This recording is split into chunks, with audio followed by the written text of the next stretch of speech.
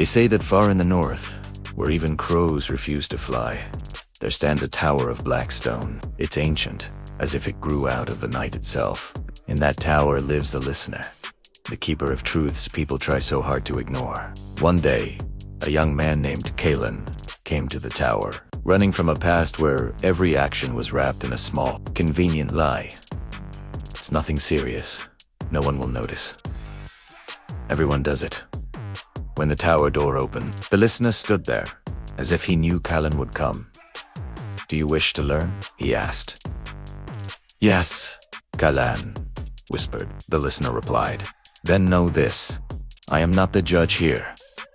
You only listen. The judge is the one who walks behind you." Kalen was confused. "Who?" "The one whose name people have forgotten," the listener said, "but whose presence they feel every time they tell themselves." "This Dosen tea matter?" The listener turned and walked into the darkness, and Kalen followed.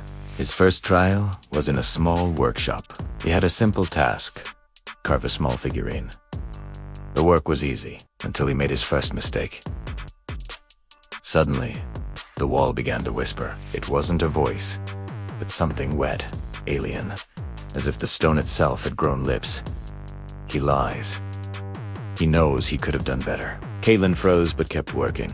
Each new flaw awakened another whisper, louder and closer, breathing right into his face. "The wall always hears the first lie," said the listener, "but he hears the second, and the third, and everything you carry inside." The next day, Kalen was brought to a hall with a deep, bottomless well.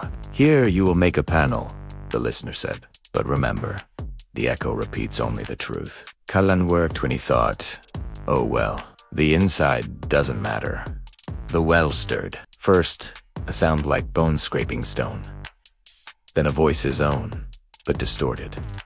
"Not true. You know, you're lying." And behind it, a second voice, deep and thick, as if dragged through tar. "I am near." Terrified, Kalen fixed the flaw. The echo fell silent. That night, the listener led Kalen to a small, pitch-black room. "He is closest here," the listener said calmly. "Listen, work, and do not lie to yourself, not even for a heartbeat. He is hungry." The door closed. The darkness was so dense, Kalen felt he could touch it. He began carving and immediately sensed a cold breath on his neck. Slow, like the breath of something that no longer remembers how to breathe. He heard soft sounds from the dark long fingers bending with the crackle of old branches. The whispers weren't words, but feelings. "Fix it. You lie again.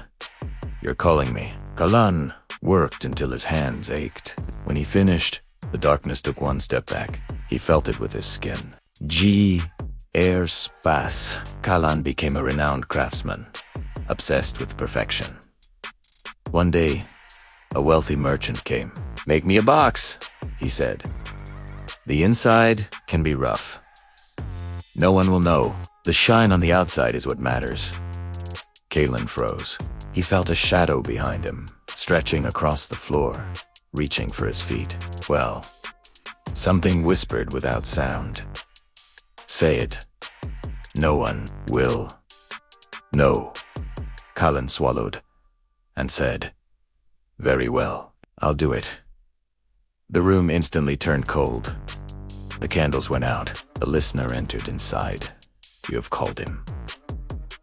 The shadow rose, unfolding like a creature that had crawled too long on its belly. Long Ruthian arms emerged. The first voice whispered, "You have lied to yourself for too long."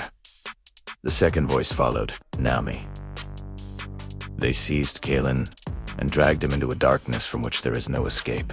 When all was quiet, the listener whispered, "Conscience is not a voice, it is a bang. You may ignore it.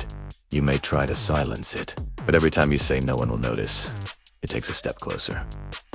And one day, it comes for you."